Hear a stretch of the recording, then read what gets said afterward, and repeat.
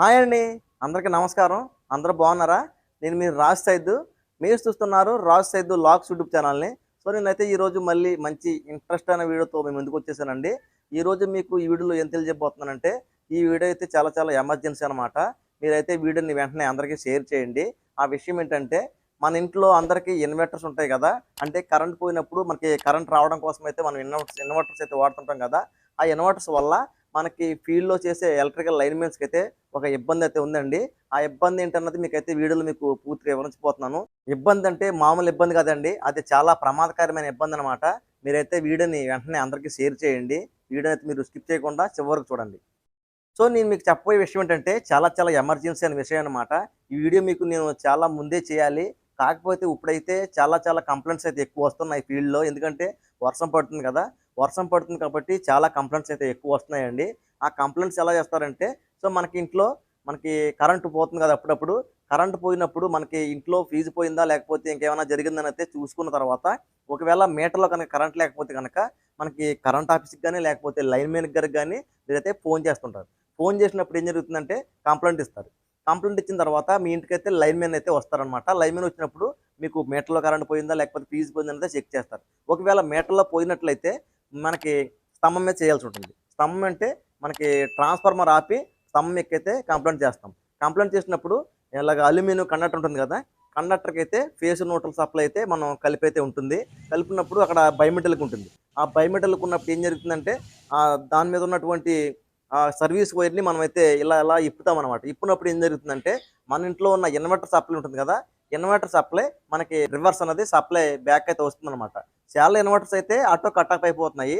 కొన్ని కొన్ని ఇన్వర్టర్స్ అయితే మనకి ఇన్వర్టరు రిటర్న్ సప్లై వచ్చి, ఆ పైన మనకి సర్వీసర్ అలా సర్వీస్ వైర్‌ని మనం దాని నుండి కండక్టర్ నుండి తీయగానే రిటర్న్ సప్లై వచ్చి వెంటనే షాక్ కొట్టి పోల్ మించి పడిపోయి చాలా ప్రమాదం అయితే జరుగుతుందనమాట. అలా మా డిపార్ట్‌మెంట్‌లో చాలా మందికైతే అలా ప్రమాదాలు జరిగి చాలామంది అయితే చనిపోయారండి. అందుకోసమైతే నేను ఇలా అవేర్‌నెస్ కోసం మీకైతే నేను ఈ వీడియో చేస్తున్నాను. మీరైతే ఇలా జరగకుండా ఉండాలంటే ఏం చేయాలంటే, మనకి ఇంట్లో ఇన్వర్టర్ ఉంటుంది కదా! ఇన్వర్టర్ ఉన్నప్పుడు మనకి ఆ ఇన్వర్టర్ దగ్గర ఉన్నటువంటి ఆ రెడ్ బటన్ నొక్కినా సరే, లేకపోతే మీ ఇంట్లో ఉన్న మెయిన్ ఉంటుంది కదా! ఆ మెయిన్ ఆపినా సరే, మీకన్నది కరెంట్ రిటర్న్ అనేది సప్లై మనకి అక్కడితో ఆగిపోతుంది. అక్కడితో అలా కట్ ఆఫ్ అయిపోతుంది. ఇంకా పైకన్నది మనకింకా రాదనమాట. అప్పుడు మెయిన్ ఆఫ్ చేస్తే మనకి రిటర్న్ సప్లై ఉన్నది. మాక్సిమం మా డిపార్ట్‌మెంట్‌కి సంబంధించిన లైన్‌మెన్స్ మీకు కంప్లెయింట్ చేస్తానికి వచ్చినప్పుడు వాటినైతే కంపల్సరీ చేస్తారు. ఒక్కొక్కసారి మామూలుగా ఎక్కువ వర్క్ ఎక్కువ ఉన్నప్పుడు గబగబా సర్వీస్ కంప్లీట్ చేసి వెళ్ళిపోవాలి కాబట్టి, అలాంటప్పుడు గమ్మున తొందరగా పైకైతే ఎక్కుతుంటారు. అలా ఎక్కినప్పుడు వాళ్ళు మర్చిపోవచ్చు. అలా మర్చిపోతే గనక మీరు కంపల్సరీ ఏం చేయాలంటే, మీరు కంప్లెయింట్ చేసినప్పుడు ఫస్ట్ నువ్వు గుర్తుపెట్టుకోవాల్సింది ఏంటంటే, ఒకటి ఫస్ట్ మనకి సర్వీస్ కంప్లెయింట్ అయినప్పుడు మన ఇన్వర్టర్ అన్నది కంపల్సరీ ఆపాలి. ఒకవేళ మీ ఇంట్లో ఎవరైనా పేషెంట్స్ ఉంటే కనుక మీకు ఇన్వర్టర్ ఆపడం కుదరదు అనుకుంటే కనుక మీకు మీ ఇంట్లో ఉన్న మెయిన్ అలా ఆపితే మీకైతే కరెంట్ అన్నది రిటర్న్ సప్లై అన్నది రాదన్నమాట అండి. మీరు కంప్లెయింట్ ఇచ్చినప్పుడు మీ ఇంట్లో ఇన్వర్టర్ సప్లై అన్నది కంపల్సరీ ఆఫ్ చేస్తేనే మీకు పైకన్నది రిటర్న్ రాకుండా ఉంటుంది. ఎలక్ట్రికల్ లైన్‌మెన్‌కి ప్రమాదం జరగకుండా ఉంటుంది. అంతేకాకుండా ఒక్కొక్కసారి మన ఇంటి చుట్టుపక్కల్లో పోల్ డ్యామేజ్‌లు గాని, లేకపోతే కండక్టర్ తెగిపోయినా, లేకపోతే ఏదన్నా విధంగా డ్యామేజ్ అయినా సరే, ఏదైనా వర్క్ వచ్చినప్పుడు స్తంభం పైకెక్కైతే ఎలక్ట్రికల్ డిపార్ట్మెంట్ స్టాఫ్ అయితే వర్క్ చేస్తుంటారు. అలా వర్క్ చేసినప్పుడు ఆ పోల్ మీద సంబంధించిన సర్వీసులన్నిటికి కూడా ఇన్వర్టర్స్ అయితే ఆపేయమని అయితే అడుగుతుంటారు. ఆపేయమన్నప్పుడు మా ఇన్వర్టర్ అయితే చాలా హైట్‌లో ఉందండి. ఇన్వర్టర్ ఆపడానికైతే కుదరదు అంటారు. అలాంటప్పుడు ఏం చేయాలంటే మన ఇంట్లో మెయిన్ ఉంటుంది కదా! మెయిన్ గాని లేకపోతే ఎంసీబీ గాని ఉంటుంది. ఆ ఎంసీబీని అయితే మనకి కిందకి దింపేస్తే గనక మనకి ఆ సప్లై అన్నది అక్కడితో ఐసోలేట్ అయిపోతుంది. అక్కడితో మనకైతే అలా ఐసోలేట్ అయిపోతుంది. ఇంకా రిటర్న్ సప్లై అనేది రాదు.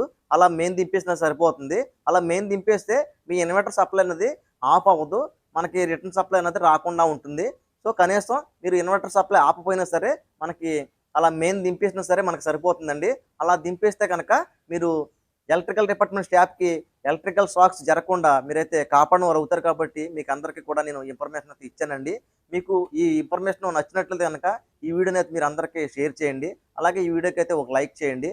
అలాగే ఏమన్నా డౌట్స్ ఉంటే గనక కామెంట్ తెలియజేయండి. అలాగే మరిన్ని ఇంట్రెస్ట్ ఉన్న వీడియోలు మీకు నోటిఫికేషన్‌తో రావాలంటే గనక మీరు నా ఛానల్ అయితే వెంటనే సబ్స్క్రైబ్ చేసుకొని పక్కనే ఉన్న బెల్ సింబల్ క్లిక్ చేసి నోటిఫికేషన్ ఆల్ మీద క్లిక్ చేయండి. Thank you very much.